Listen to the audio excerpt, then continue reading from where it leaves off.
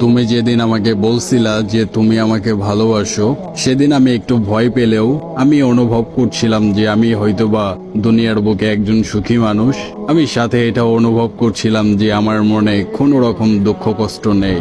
দিব্যি হেসে গেলে চলাফেরা করতেছি, তোমার সাথে কথা বলতেছি, ফুরফুরে মেজাজ। What a timing! কি ছিল সময়গুলো!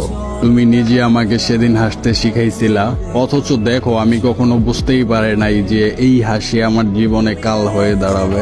দেখো, জীবনে চলার পথে অনেক কিছু হারাইছি। মূল্যবান কিছু পাওয়ার মধ্যেও যেমন তুমি একজন, আবার মূল্যবান কিছু হারানোর মধ্যেও তুমি একজন।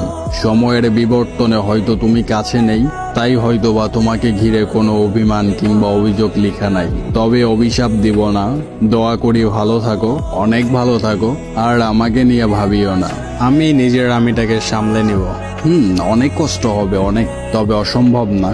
অসম্ভব ভালোবেসে মায়ার বন্ধনে বেঁধে অবহেলায় শত অপমানে ছুঁড়ে ফেলে দিলে যাকে, আমি না খুব করে চাই তুমি তোমার বাকি জীবনে একটিবার হলেও ভাবো সেই দিন কোনো রকম চিন্তা ভাবনা ছাড়াই হারাইছিলা কাকে।